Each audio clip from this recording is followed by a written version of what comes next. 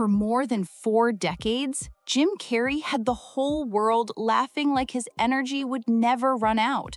But behind that electric smile and those wild performances was a man carrying pain way deeper than anyone ever guessed. At 61, Jim Carrey finally stopped pretending and opened up about the truth.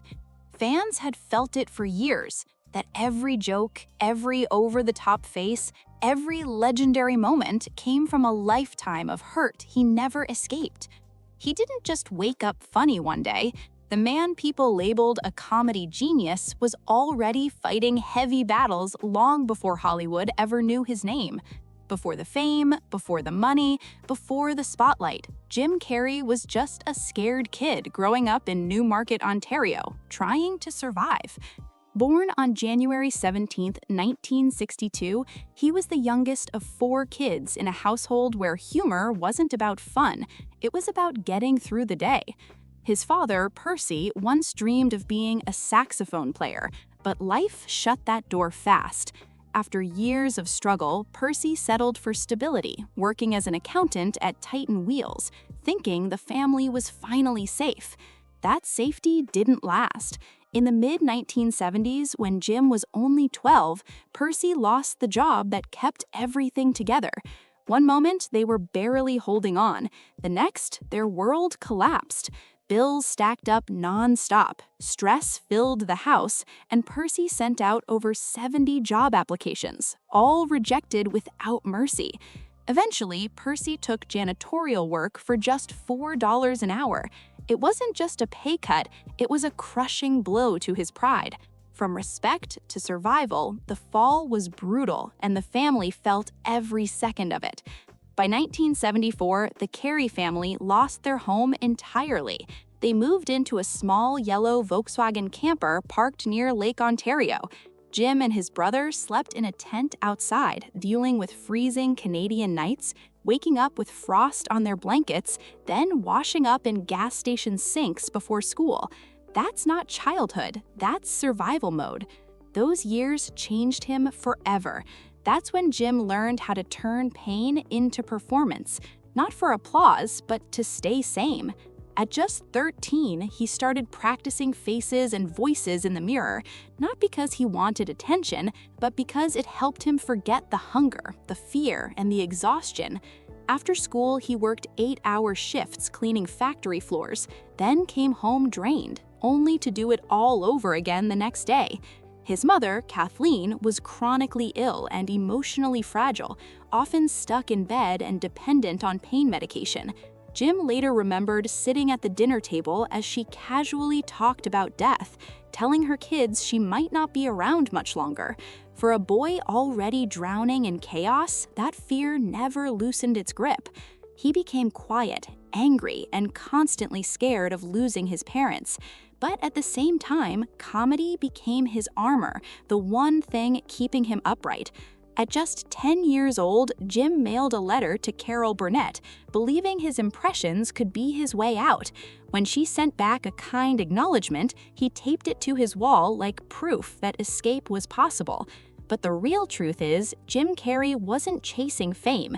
He was running from despair, a darkness filled with rejection, failure, and years of feeling invisible, a weight that followed him long before he ever became a star. By 15, the pressure was crushing. Carrying his family's poverty forced him to grow up way too fast. After long nights scrubbing factory floors alongside his father and siblings, he'd stumble into school exhausted, wearing the same worn clothes, dodging classmates who mocked him for being broke. Eventually, it all became too much. At 16, he dropped out of high school. Percy cried when he heard the news, but he didn't stop him. Jim later admitted he sometimes wished his father had fought harder for him, but Percy was already beaten down by life. That moment changed everything. With nothing left to lose, Jim decided to take comedy seriously, or as seriously as a kid with almost nothing could. His first real break came when his father set up a performance at Toronto's Yuck Yucks Comedy Club. Jim showed up wearing a stiff polyester suit that his mother thought looked sharp and professional. The crowd absolutely hated it. He got booed off the stage, fast and loud. Most young performers would have folded right there, embarrassed and done for good. Jim didn't. That humiliation didn't crush him, it lit a fire under him. 2 years later, he came back different. The suit was gone, his hair was wild, and his energy was raw and fearless. He performed like someone who had nothing left to lose. No mask, no safety net. That night, the audience finally laughed with him, not at him. At 19, Jim packed up what little he had and left Canada for Los Angeles with barely $200 in his pocket. He crashed on friends' couches, survived off free meals from comedy clubs, and grabbed any stage that would let him touch a microphone. Every night, he imagined a future where success didn't feel impossible. He would drive up to Mulholland Drive and visualize himself winning, thriving, finally safe. He wasn't chasing fame or flashy money. What he wanted was security, something he'd never had growing up. But Hollywood didn't roll out the red carpet. Jim faced rejection non-stop, including multiple failed auditions for Saturday Night Live across the early 1980s and mid-80s. One audition tape didn't even make it to producer Lorne Michaels. Still, the bitterness never swallowed him. Instead, Jim rebuilt himself on stage, creating exaggerated characters, twisted facial expressions, and a chaotic unpredictability that nobody else could copy. Those early years didn't make Jim Carrey famous. They made him tough. Every no only sharpened his survival instincts he learned as a kid. Living in a van teaches you one thing fast: you keep showing up even when the world acts like you don't exist. His long-awaited turning point finally arrived in the early 1990s, but success didn't come softly. It came loud, reckless, full-speed chaos. After nearly 10 years grinding in small clubs and taking low-paying TV roles, Jim got invited by legendary comedian Rodney Dangerfield to open for him on tour.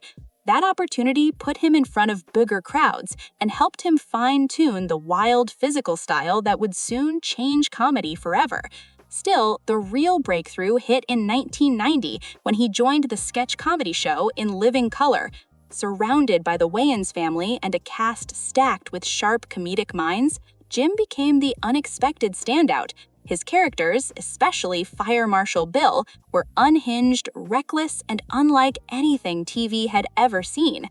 What millions of viewers didn't realize was that every twisted grin and extreme movement came from a man who learned to turn pain into pure spectacle.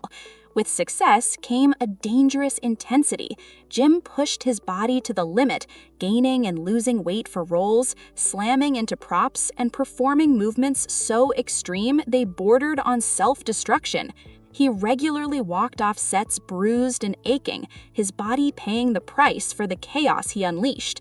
Castmates described Jim Carrey as brilliant but draining, an unstoppable force who didn't just perform comedy, he burned through it completely. Behind closed doors, the pressure pushed him toward cocaine, Adderall, and Valium, using anything he could to stay upright. The fame he once dreamed about on Mulholland Drive slowly turned into a cage he wasn't prepared to live inside. Then came 1994, the year everything detonated. In just 12 months, Jim released Ace Ventura: Pet Detective, The Mask, and Dumb and Dumber. All three exploded worldwide, pulling in hundreds of millions, and locking him in as Hollywood's most bankable comedy star.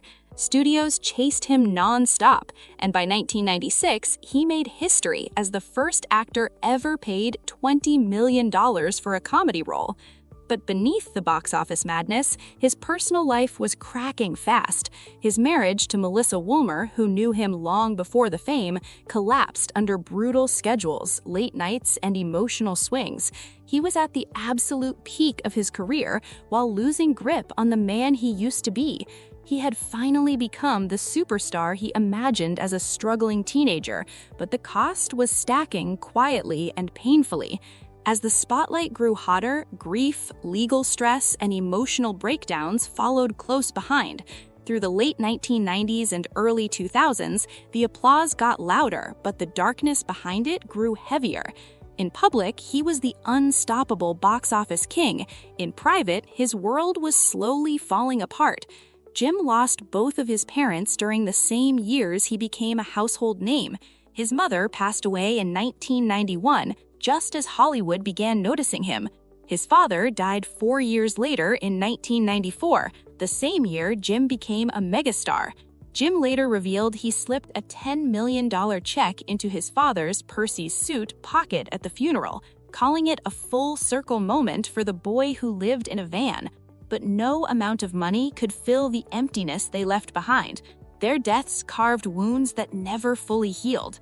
His relationships continued to suffer. After divorcing Melissa Womer, he remarried actress Lauren Holly, but the marriage barely lasted a year. Jim admitted he could no longer connect emotionally. Fame, non-stop work, and unresolved childhood trauma made stability nearly impossible. A clear pattern emerged over time. He craved closeness, then suddenly needed total isolation. Even Renee Zellweger, whom he once called the love of his life, watched their relationship collapse under the same internal chaos he didn't yet know how to explain. Then, in 2015, Jim faced the most devastating moment of his adult life. His former girlfriend, Katharina White, died by suicide. She left a note referencing him, and within months, her estranged husband and mother accused Jim of providing the substances involved in her death. Lawsuits followed, alleging negligence and emotional harm. Jim fought back, countersuing and stating the accusations were an attempt to exploit his fame. The situation pushed him deeper into isolation, marking a breaking point that would permanently change how the world saw him and how he saw himself. The legal battle dragged on until 2018, when all charges were dismissed. But the emotional damage didn't just vanish. Katharina White's death ripped open wounds Jim had carried since childhood: fear of loss, crushing guilt, and a deep belief that he somehow brought pain to the people he loved. From the outside, fans only saw him drifting away from Hollywood, but behind closed doors, the truth was much darker. He was unraveling under the weight of grief, guilt, and a lifelong fight with despair. Depression, identity loss, and constant inner battles had been haunting Jim Carrey for years. Behind the fame, the laughter, and the wild performances, he was hiding a reality he kept buried for decades. Jim later admitted he had been battling depression since the 1980s. While the world saw a man who could twist his face, bend his body, and light up any room, Jim felt something completely different. He described it as a low-level despair that never fully left, always sitting in the background, no matter how successful he became. Medication softened the worst of it, but it also flattened everything else. He said life on it made everything feel just okay, and eventually he realized that just okay was its own kind of prison. When he finally stopped taking it, he explained he would rather feel pain than feel nothing at all. That darkness didn't appear out of nowhere. Jim grew up terrified of losing the people he loved. He watched his mother struggle with depression, illness, and dependency on medication. As a kid, he remembered locking himself in the bathroom, crying, convinced his parents would die from smoking. Those fears never left him. Years later, Katharina White's death pulled all of that back to the surface. It wasn't just grief, it was the return of a belief he'd carried since childhood, that he wasn't enough to save the people he loved. At the same time, his sense of identity started slipping. His extreme method acting in Man on the Moon pushed him into dangerous mental territory. He stayed in character as Andy Kaufman for months, on and off set. Friends said they barely recognized him anymore. After filming ended, Jim confessed it took him a full month to remember who he was, and even then, he wasn't sure the answer was real. He spiraled into massive questions. Who is Jim Carrey? Who is anyone? Is personality real or just a mask we wear? By 2017, he shocked the internet, saying, "The self doesn't exist, that identity itself is an illusion." People laughed and mocked him, but he meant every word. Between depression, loss, lawsuits, and suffocating fame, Jim felt like the version of himself the world loved was just a costume he couldn't keep wearing. Painting and meditation became his lifeline, the only places where he didn't have to perform or explain himself. Jim Carrey wasn't rejecting Hollywood, he was trying to survive. By the early 2020s, Jim was no longer the man who dominated Hollywood in the 1990s. His career slowed, not because his talent faded, but because the industry lost its magic for him. Corporate franchises, committee-driven scripts, and marketing-heavy movies drained the creativity that once saved his life. Acting had always been his escape, a way to turn pain into meaning, and when that stopped feeling real, he had no choice but to step back and find peace on his own terms. But that escape no longer felt clean or safe. Acting, the thing that once saved him, now felt compromised. Jim began turning down roles, disappearing for long stretches into solitude, painting alone in his studio and replaying the chaos that shaped his life. Still, he wasn't fully done yet. In 2020, Sonic the Hedgehog reignited public interest in Jim Carrey, and the studio pushed hard for sequels. They even printed the script in real 24-karat gold ink. Jim joked publicly, saying he did it because I bought a lot of stuff, but the truth ran deeper. Acting still carried a small spark for him, a reminder of who he used to be. This time, though, he refused to trade his sanity for it. After a near-fatal pneumonia scare in 2017, Jim was forced to slow down and face how fragile life really is. That moment cracked something open. By the time he turned 61, he finally started telling the truth out loud. What fans had suspected for years was real. Behind the manic brilliance was a man shaped by poverty, fear, loss, depression, and decades of pretending everything was fine. Jim admitted he spent most of his life feeling like an imposter in his own body. Laughter became his disguise, a way to hide wounds no one could see.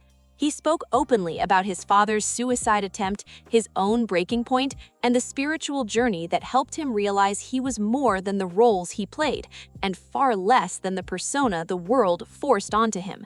Jim Carrey's confession wasn't a scandal.